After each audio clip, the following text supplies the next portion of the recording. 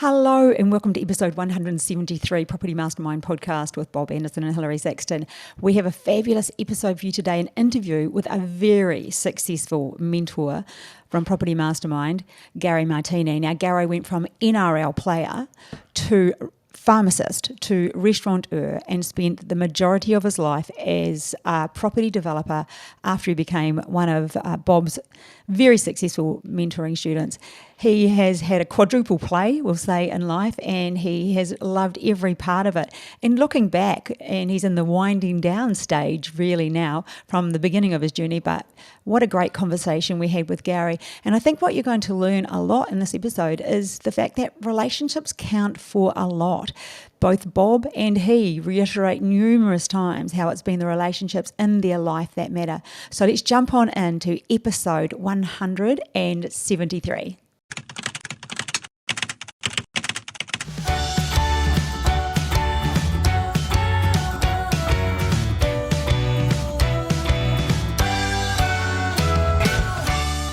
Hello and welcome into the episode. Before we get started on this fabulous interview we have with Gary Martine, we're giving away the book as we do every week. This week the book goes to Michael Gancias. Michael, thank you for your email, and the book is in the post. We hope you love the read, and give us some feedback if you're inspired to become a property developer after reading Bob's section. Remember, start straight at page 120.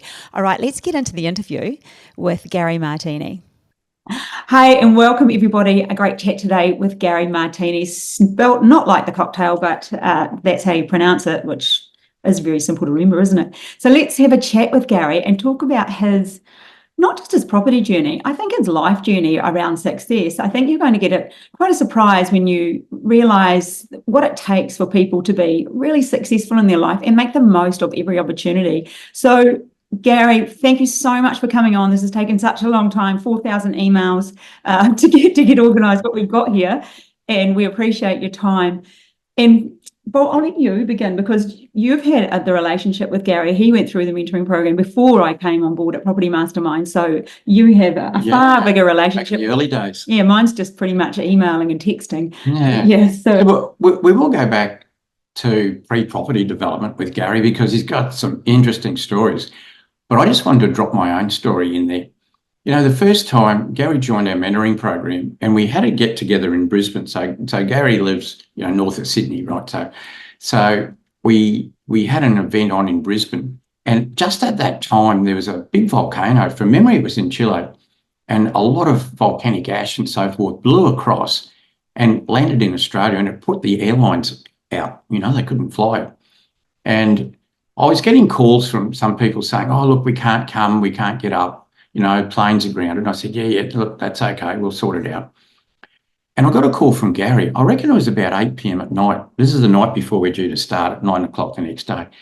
And he said, damn it, he said, I'm going to drive. And so he jumped in his car and he drove all the way to Brisbane. And at about 8:30 the next morning, we're due to start at 9, Gary called me and he said, I've just passed the New South Wales border and I'm heading north. I'll see you in about an hour and a half, whatever it was.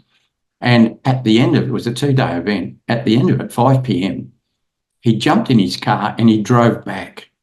And I thought to myself, commitment. I've never seen that level of commitment to come to like a group meeting for a couple of days. And I thought, well, if that's the level of commitment in this man, he's going to do extremely well. And history's proved that it was. That's the way it turned out. But not just. That was the property side of it that showed me the level of commitment. But Gary's commitment goes way back with his sporting career and so forth. So where do we start? Yeah, do you remember doing that, Gary? Yes. I'll firstly say thanks for having me, guys, and it's a pleasure to be here. I do remember it, and we'd signed up. I think it was the first portion of the mentoring and the first 3-day of 4, I think, for that year. And I thought, well, I didn't want to miss it. And for me, it wasn't that much of an effort. Bob says it was, but totally. Whenever you want to do something, you need to make a bit of an effort and dedicate yourself to it. So I had a great time up there. I didn't even drink the last night because I had to drive home. So I behaved myself. Yeah, no, that was great. But it's so easy to make excuses about anything in life, you know. I mean, there you go. You can blame the volcano, blame the airlines, can't do it. And that's, you know, that's fine. You know, nothing wrong with that. Well, there is really, Bob, because when we always look for excuses and don't do what it takes to get the things done. Well, you're right. There is something wrong with Yeah. that. Rephrase that. Yeah. I mean, probably not as high achieving as you, Gary, and what you've achieved in life, but I'm a bit of a go high achiever. Bob's a bit of a go high achiever. And I think when you realize you've got to commit and just do what it takes, you will. And that's the difference, I believe, in people that go places and people that don't. It's really easy to lay blame on things that might be difficult. Yeah, I'm quite opinionated on that one, aren't I? Oh, Because it's yeah, really, no. And what I've often seen, and we'll talk about Gary's sporting career, yeah. is that people that have reached, like, let's say, a high level in sport, the commitment, the training, the setbacks, the heartbreak of injuries, like everything that's happened to get somebody to that point is built into their character. They may have started with a strong character, otherwise they would have built it along the way, but to get there. And that's transferable to other things outside of sport. And we've often seen that with people. And I know some people in property development, quite a few have had, you know, NRL careers. We've had people in our program that have played soccer for Australia, cricket for Australia, and you know, all sorts of sports as well. But that level of commitment to get to a certain level in sport. So yeah, so Gary, He needs to tell everybody about it. I was just about to. Okay, you go. I was getting to it, but I Okay. just wanted to say that Yeah. because it's something we see regularly. Yeah. And not just sports, but you can be successful without reaching a high level of sport. Because you're an NRL player, Gary, for the mighty Newcastle team, am I right? Half right, Bob. It was Parramatta Eels. Parramatta. That's how old I am. Newcastle weren't around, Newcastle Knights, when I was a footballer. Right. So I was signed by Parramatta in 1982. Jack Gibson was coaching. I'd played with West the year before.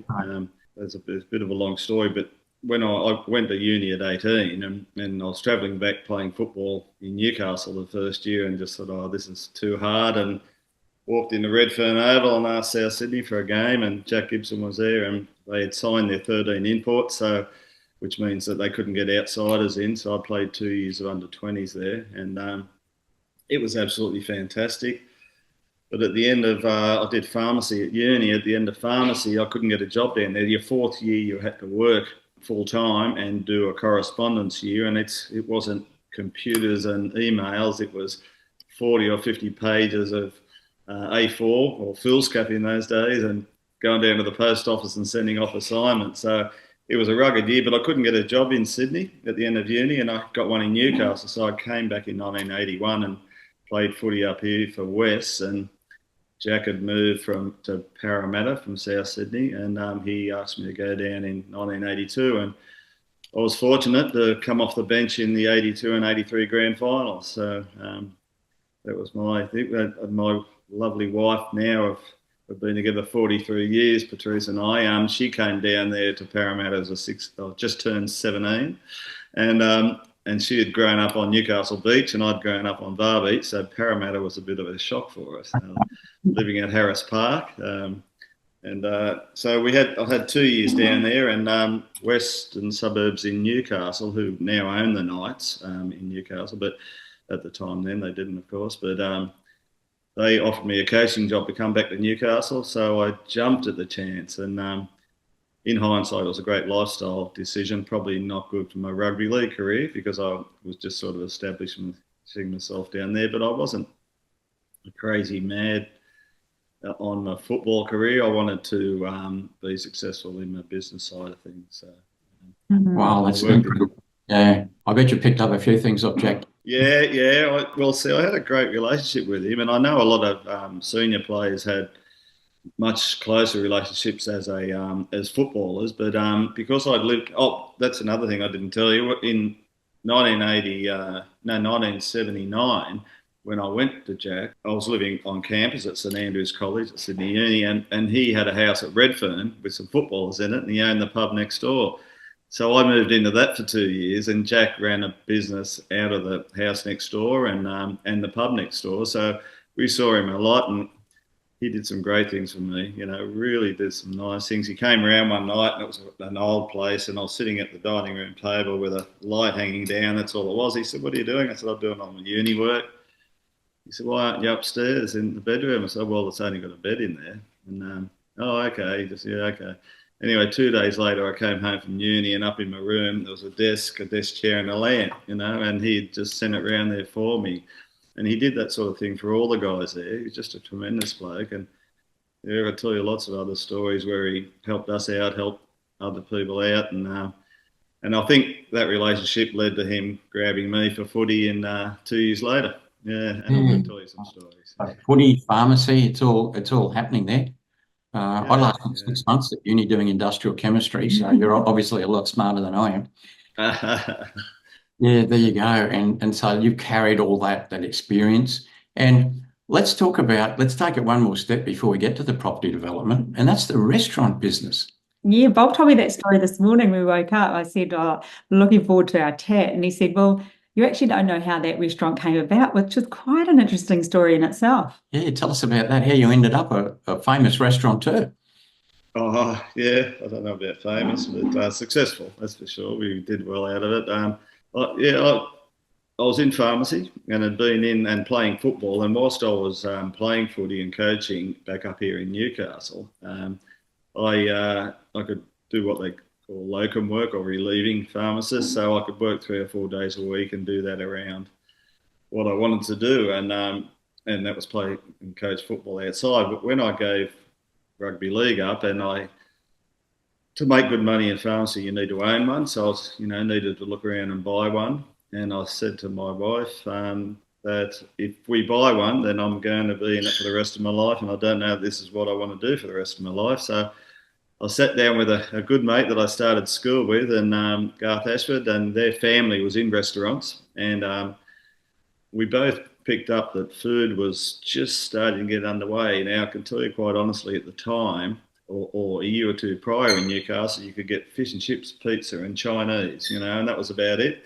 You couldn't get a cappuccino anywhere in Newcastle except for a little Italian lady up the top of town, So, but it was there was a guy opened a gourmet deli at the Junction, which is where I grew up, and he was going really well.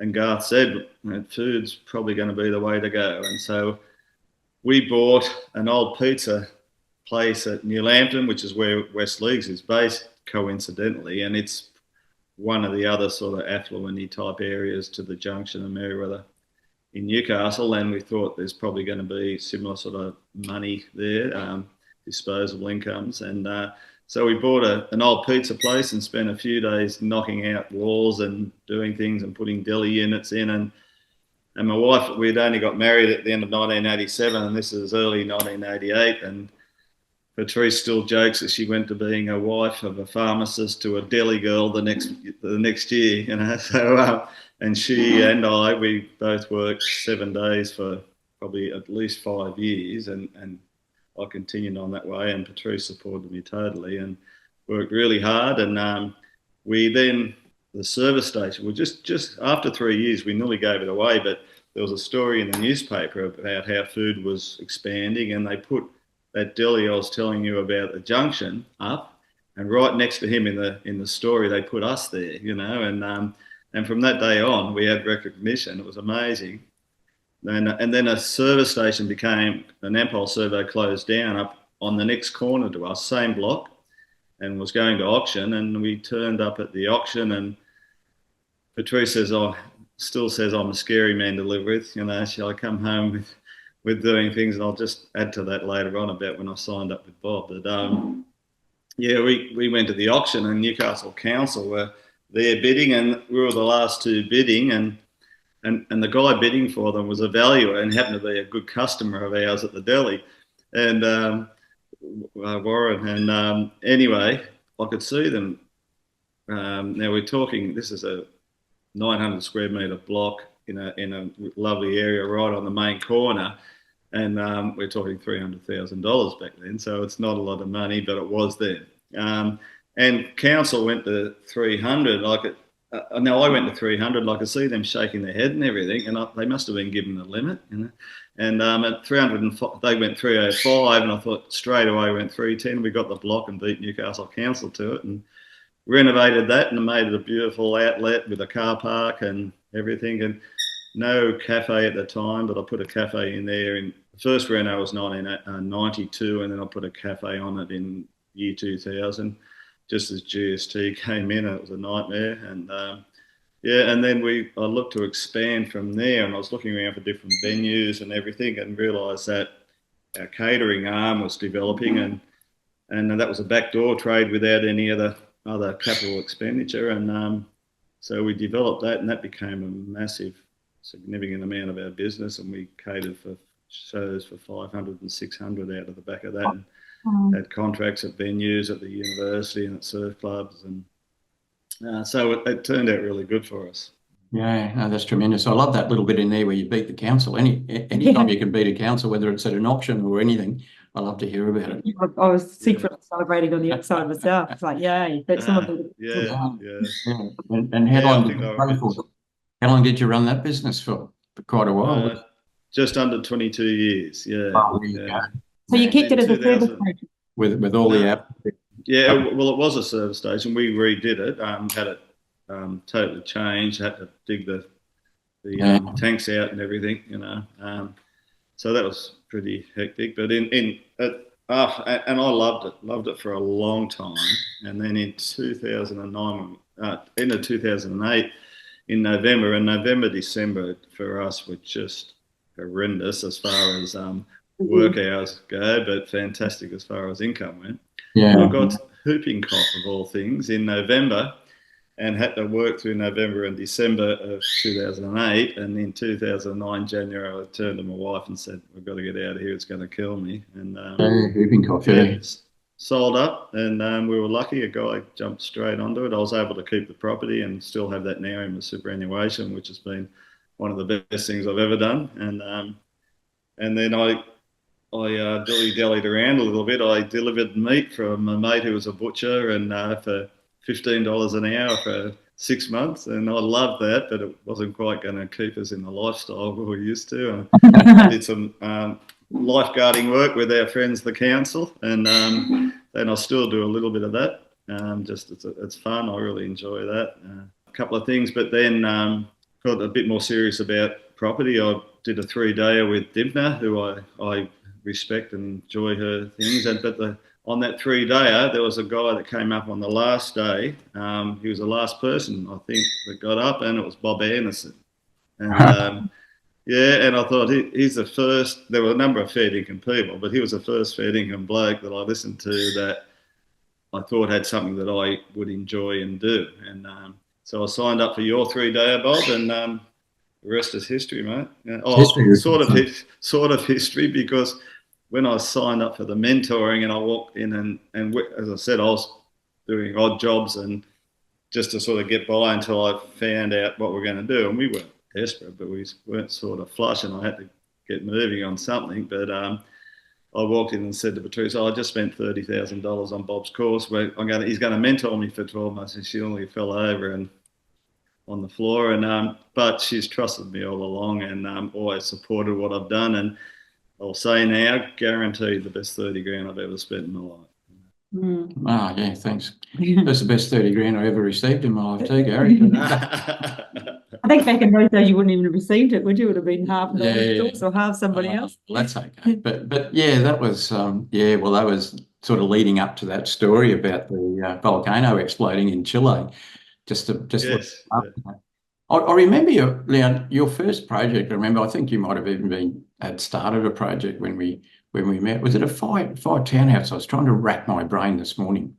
6 townhouse. Yeah, so it was the first project. So I jumped into it, and Bob, you actually said, well, why don't you leave the mentoring until next year and get through this project?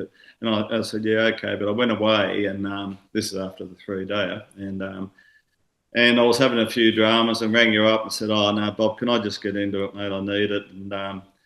And your advice even during that project was sensational, but I thought I'd sort of semi-failed on that project because I only made a 10% return. And I remember you saying it was 200 grand at the time. And I remember you saying, Gary, 200 grand, how would you earn that anywhere else and delivering meat and that sort of thing? And I thought, yeah, that's great. And then the info I got from that, the next project was a 10 townhouse on a really badly affected flood zone. And that was a bit equivalent to the best project I've done, because of what I'd learnt over that 12 months. I jumped straight into that, and I got a property that everyone was discarding, and I got it for an absolute steal at New Lambton, straight across the road from the Knights' home ground, and built 10 townhouses there, 10 2-1-1s, and I had to raise all those ones. Did you raise the floor on those? Yeah, well, the funny thing is, they're all saying you can't do anything. And I happened to ring an engineer that I used for the first project, and he was an older guy. He's moved to Tasmania as a hippie out in the fields now, but he was a great bloke and a civil guy. And he had actually looked at that block of land for other people. So it was coincidental and it was fantastic. And you could only raise so much land up, and that was 25%. And people were trying to do it on certain parts of the townhouse. And I said, mate, can't we just do that on the driveway down the middle and put 5 either side? He said, absolutely. So all we did was raise that. Had a driveway at the level. They drove into suspended slabs on their garages. And it was actually even better for the council because we built up about 1.5 meters. They were all sitting 1.5 meters up. And we had to leave holes in each of the walls supporting ground floor walls, or the piering, so that the water could wash through, and council were really happy with it. Yeah. It was amazing. The Undercroft area. I can remember talking to you about that one from time to time, and that was a good one for you. So number 2 really launched you, and 10 too. Oh, absolutely, because what it did financially, another thing on that first project, I said to Patrice one day that we've just taken a line of credit on our house at Bar Beach. And that was another one after the 30 grand, that was before that. So it meant that second project meant I could pay all that out, and we started off scratch. And I also had sort of gained a few credits with the bank that I could put together projects. And, I had a bank manager that was really pro me, and I had a great time for a while in finance, being able to finance them. Back in the days when banks were reasonably generous on, not generous, probably not the right word, but at least they're more into property development. These days they're a little bit out, and there's so many non-banks out there. But he's mentioned a good experience with both council and banks, and there you go. That's 2 ticks that not everybody gets. Finance, I mean, they can be a hindrance sometimes, Oh yeah, no, I just go, oh yeah.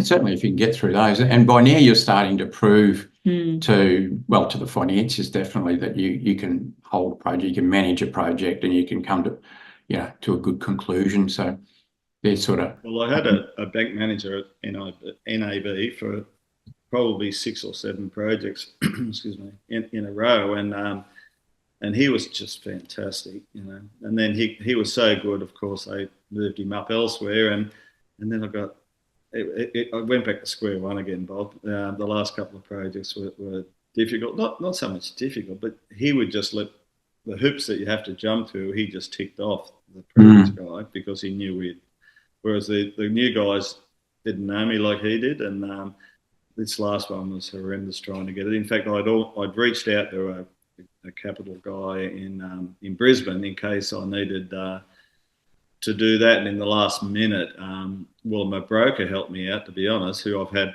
the whole way through. I remember you said early in the piece, when you don't know how to do something, get someone good to do it for you, and I've stuck with that all along. I'm not a builder, I'm not a surveyor, I don't know much about finance. I'll get a broker to do it, you pay a bit more. I stick with an architect that I pay a bit more for than a draftsman, but they're there to help me in the bad times. And sure, I've spent more, but I think I've never had a project where I haven't, except the first one, where I haven't achieved my 20+%. No, that's a great record. But that's actually something you live by, Bob, as well. So he practices what he preaches there. Get the best person to help you through what it is that you need. And I remember, we were just talking with somebody recently. Oh, you were talking about your lawyer whom you've had for 40 years, and not for always the same thing, but it's the person you can ring up because you have a relationship. And the minute you have a relationship with somebody who knows what they're doing, quality people, it just makes such a difference for your journey in anything, I think. Yeah, and I'm big on relationships. Oh my gosh, you're so good. As Gary is as well. Yeah. It could even be the team sport thing. You get a good team around you, hey, and then you're confident yourself. Well, you can rely on people. Yeah. Well, and I'd gone along and done all these great projects, and this last one I did, you may or may not recall that I rang you or sent you an email and said that that's my first subdivision. So I'd had this team built up with surveyors and engineers and architect and whatever, and then all of a sudden I didn't need the architect. And I didn't need a builder, and I had a couple of builders that I used, but I needed a surveyor, who I had a surveyor. But doing a subdivision is very different even for the surveyor, and I needed a good civil company to do all those work. So this last project, I just finished 10 townhouses at Byron Bay, and they were great. It did well out of that, and I had a mate. I've got a real estate mate who had rung me, and he gave me that first project that I did the 6 on, and he's given me a couple, another 12, and this one was on the market for $2.4 million. It was about 12,500 square metres, and it was DA approved for 37 townhouses. And I'd looked at it when I was sort of halfway through Byron Bay, and didn't really want another one at the time because 10 up there cost a fair bit, and I had a fair bit hanging out. And I just finished a project with Tom, so Churdy, at Adamstown. We can talk about Tom in a minute. I'd love to just bring that up. But yes, so at Byron, I'd finished there and came down, and this one was pre-approved, but it was never going to work on 37 townhouses. That's why it was obviously back on the market. It was on for 2.4 mil. I'd seen it, and my mate said, it might work as a subdivision. So I got onto the surveyor and did some figures, and it's tremendous, So I just went back, never mentioned anything about it, and ended up getting it for a discounted price there, and did my first subdivision. But I wasn't quite right back at that 6 townhouse first initial project, but I wasn't far from it because it was totally different, Bob and Hilary.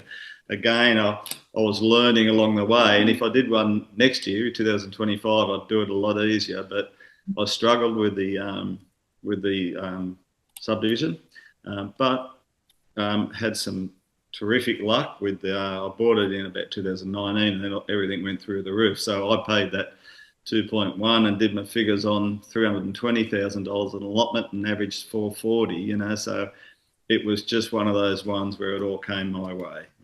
Yeah. How good's that? And it's great. Just grab it when it does. Hey? Yeah. Well, it's funny though. People say, "Oh, I bet you wish you still had Byron Bay. Look how expensive it is up there." Or the nah, you shouldn't be doing that. But and I don't know that many, but I've had a number of people say that to me. But I got out of that with the profit margin I wanted. And yeah, for sure, if I held on to it and it was 2 years later, I'd probably be 1.5 million more in front. But I jumped into this other one and I rode the wave there, so you can't, my opinion is you just do your figures, you work on them, be happy to sell for it and move on to the next project. You taught me, Bob. He said to me once I was selling a property over in New Zealand, he said, Hilary, because I got an offer within 12 hours. And I thought, do I wait or do I sell now? That's really quick. And he said, Hilary, never go broke making money. I thought, you know what, you're right. You just, you never go broke making money because that money moves on to make other money. And it was good. But you often say that. Well, there's an old Italian guy told me that right back about the time I started property developing, 81, 2, whenever it was. And he was doing apartment blocks, but I met him, lovely old guy. He was quite friendly towards me. And he made that comment once to me. And I thought, it sounded stupid at face value. But then I thought, yeah, because I've seen people hang out to try and squeeze the last drop out of the lemon and end up, like, for whatever reason, worse off than if they'd taken the offer earlier, you know, whether the market's changed or something's happened. Always go cold. Or Always go cold, yeah, or whatever it is. Yeah, no, that's incredible advice. Yeah. I was a bit like that in general in business. You know, I think for everyone to be happy and walk away, rather than, like, I've had people squeeze me on things and try hard, you know, want to get every dollar out of it, and then the relationship gets pushed. And whereas I think it's got to be a good deal for both sides. You know, I can honestly say I walked away from every project, and I think I've given someone a nice place to live, and I'm happy about that, you know. And yeah, I could have put it up and really pushed them on it, but some younger people, they want to get into a first house, you know. And I know $5,000 is a lot of money, but on the whole scheme of things, if they're sort of dropping out, making an offer, and very happy to move a sale on for $5,000 and then get moving on to the next sale or the next project or whatever, so that at the end of it all, you know, still get the figures I was aiming at, but I haven't gone through the stress and the strain of squeezing this person and making them unhappy or making them not like me. We've walked away and both been really happy on the deals, I feel. Yeah, no, that's great. That's a testimony to the sort of guy you are. I'm hearing the word relationships just stop. It's just always about a relationship. So what's been the biggest for you, the biggest challenge that you've faced in property development or in any other business that you've had, that was your biggest learning? Probably what I've just said, Hilary, really, is that you need to be, both people need to be happy in a transaction. I really feel that there's a lot of business people that, don't get me wrong, I was just going to say that they're untrusting, but I don't believe trust is something you need to bring into business. You do a deal and you establish all the guidelines and parameters, and you can trust them as a person outside of the business, but a business deal is a business deal. And you just do it on the facts, and you can keep a good relationship that way, be friends with the person you're dealing with, which is great. It means I come home at the end of the day, instead of being stressed and strained, I come home and feel, yeah, that was fantastic. You know, I had a young couple on this last one bought a block of land, and there were a few issues that I could have argued the point, you know, and it was with their builder, and they were complaining that the builder said they had to do this and that, you know, and they were after money and everything, and I just sat down with them and spoke to them and gave them a refund of several $1,000s, and they were over the moon. It took the pressure off them. I walked away and thought, yeah, I've helped someone out, you know, and again, it was a multi-million-dollar deal, so a few grand here or there to keep someone happy is not going to worry me. It made me happy, actually. Notice it in the big picture. Probably wouldn't notice it. So, have you walked away from many? Have you walked away from many deals and thought, you know what, this doesn't feel right, we're not ticking enough boxes, it's not working for me? Has there been quite a few that you were close on and thought, no? Not that many that I was really close on, but I would do 100 feasibilities, and I remember Bob sort of talking about these numbers, and at first I thought he was, yeah, sure, mate, but guaranteed 100 feasibilities between one project and the next, you know, and there on fee study, I'm still using the old fee study one you gave me, mate, and I keep hitting the no updates because I'm pretty right on how it works. Gary, I think we can give you the new property mastermind one. I'll send it to you. No, well, it only takes one. We used to do the other one. Yeah, I can do it with my eyes closed, Hilary. And, okay. I did hundreds in between, you know, really, and it was because they didn't stack up, and I'm pretty conservative on it, and I won't step out and put myself over the edge. If it doesn't even look good, and you know, you do those quick ones, I forget what you used to call it, but back on the back of a coaster or something, or back of the business card or something. Yeah, you can do all those ones in your head in the end, you know, and sort of drive past and keep going almost. And but I haven't, unfortunately, haven't sort of got close to a deal and had to pull out. I think there's always been some markers or something that have not been ticked earlier on, and I just move on then. I've always worked for myself, since 1988, went into the little gourmet deli. I've worked for myself, so I've not had to answer to anyone, so I can just make a decision. But that, if you don't mind, that's where I'll bring Tom into it. Bob, is that all right, mate? Because I'd done a few projects on my own, and Bob gave Tom my phone number, and he gave me a call. I can't remember the year, maybe about 2014 or something. I said, "No, mate, I'm happy to sit and have a coffee with you and talk, but I just do things by myself." And at the coffee, he brought up the Sandgate Road at Shortland, a job there, and anyway, talked me into doing it with him. We went 50-50 in there, and Tom and I ended up doing three projects together, an 8, a 4. We only did the 4 because we couldn't grab anything. That was about 2017, 18, and people from Sydney were coming up and paying overs for prices. But then we did that 4 and then did another 8. So we did 3 projects together, and can honestly say that not one raised word at any time. We were very different in how we approached it, but worked together and very successful in 3 projects and had a great time with him. And when you sent him over, Bob, I thought, "Oh, mate, come on. I'm not going to do anything here." But yeah, we had a great time doing it together. And we're due to catch up for a coffee soon. He's actually gone through he's come and attended a 3-day event 9 times, I think. He's gone through has he? Yeah.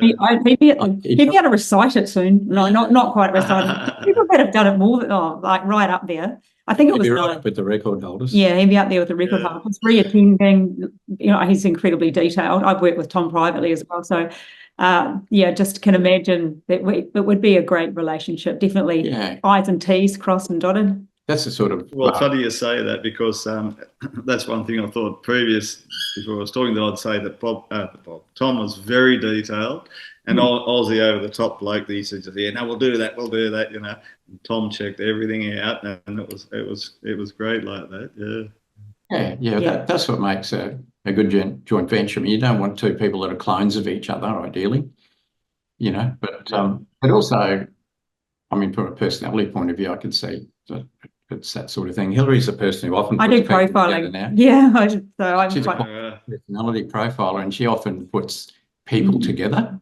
in our program.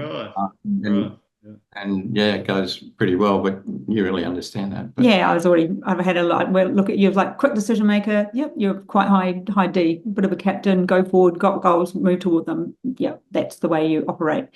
Yeah, so I could see how that would work as well, that you 2 together. Where are we heading with this chat with Gary now? Well, Gary, what's on your plate now? What are you doing? Well, I think I was 65 on last Saturday. Okay. 26th of October. 26th, yes. Same day as Bob. I don't know if we've ever exchanged that information, you and I. Fair dinkum. Same day, different year. Unbelievable. Yeah, I would have been born after. Well, happy birthday, mate. Yeah. Happy birthday for last Saturday too, Gary. Yeah, you too. All the years we've known each other, which is, probably 12 or 13 years, we've never actually told each other what our birthdays are, and here we are on the Saturday. There you go. 14 years, I think, Bob. 2010. Are you all happy birthday, mate? That's no wonder you're such a nice person, I tell you. Well, it's Scorpios. People think we've got a sting in our tail, but we're not. We're pussies. Hey, Hilary, So keep going. But I'm probably going to retire. I've sort of got things invested through super that have worked out well, and a lot of real estate investment there, and that's going to provide a nice income for us. And because I'm over 60 and my wife turns 60 next year, it'll be tax-free, which will be very nice. So, so we will probably, we just bought a unit up at Kingscliff, or hopefully exchanges tomorrow. So we'll spend a bit of time there. We've got a Europe trip planned for next year, and a Bali trip planned for next year. So we're going to spend a bit of money over the next couple of years. But we're just doing, you can't see it behind, but we're extending out the back, and we extended upstairs and put a new kitchen bar. So we're getting the house all done up and finished, and that'll do us for the next 20 years, and we'll see us out hopefully. So we're just going to, I think, probably just take it easy. And nice. relax. I mean, I won't be able to sit around. I know that. So, You'll be delivering meat again, I guarantee it. No, you'll be doing something like that. It'd be, I've got to go out a couple of hours, a few times a week to do some sort of job. Yeah. Well, Kingscliff to getting up to watch the Titans probably not all that far, really. yeah. Well, I've got a mate that I lived with at Redfern when Jack Gibson had the house. He lives up at Palm Beach. We caught up with them. We went up there and stayed at the Manta last week just to have a look at it. And they came down for dinner, and he's a mad fisherman. I'm not, but my son is. So we'll probably get up there and catch up with them a fair bit, and other people up there, and just relax. It's a lovely spot. And but again, I would say that I'll find something else to take on. I'm heavily involved with the surf club still. I'm the licensee at Cooksville Surf Club, so I've been running that for some time. But I've stepped back recently because I was retiring, and whether I stay on there or not, I'm not too sure. But we'll find something to do. But I just want a bit.